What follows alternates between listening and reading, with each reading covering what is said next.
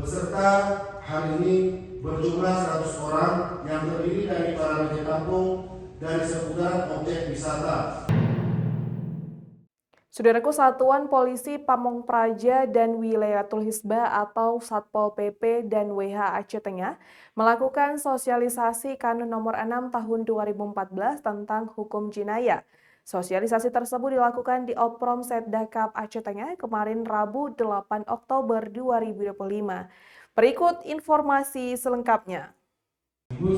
Saudaraku, Satuan Polisi Pamong Praja dan Wilayatul Hisbah atau Satpol PP WH Aceh Tengah menggelar sosialisasi Kanun Aceh Nomor 6 Tahun 2014 tentang hukum jinayah pada Rabu 8 Oktober 2025. Kegiatan yang berlangsung di Gedung Oprom Setdakap setempat ini merupakan upaya nyata untuk memperkuat pemahaman masyarakat terhadap penerapan syariat Islam di Kabupaten Berhawa Sejuk tersebut, khususnya di tengah gencarnya pembangunan sektor pariwisata.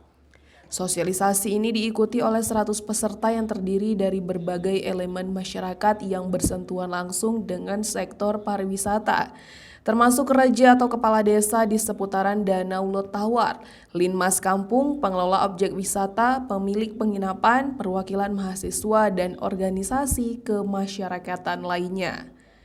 Acara dibuka secara resmi oleh Bupati Aceh Tengah yang diwakili oleh Alam Syuhada, Asisten 3 Bidang Administrasi Umum Setdakap. Dalam sambutan tertulisnya, Asisten 3 menekankan pentingnya syariat Islam di Aceh Tengah agar beriringan dengan kearifan lokal dan budaya Gayo dalam bingkai adat dan syariat. Ia menegaskan bahwa kanun jinayah berfungsi sebagai pagar untuk memastikan kemajuan ekonomi tidak tergerus identitas keislaman masyarakat, sekaligus memberikan kenyamanan bagi pengunjung yang menghormati nilai-nilai yang dijunjung tinggi. Menurutnya, pemahaman kanun jinayah adalah tugas seluruh lapisan masyarakat yang kemudian diharapkan dapat melanjutkan upaya pencegahan dan sosialisasi secara lebih luas. Dari Aceh Tengah, Alga Mahatiara, Tribun Gayo. Dan yang selanjutnya dari pihak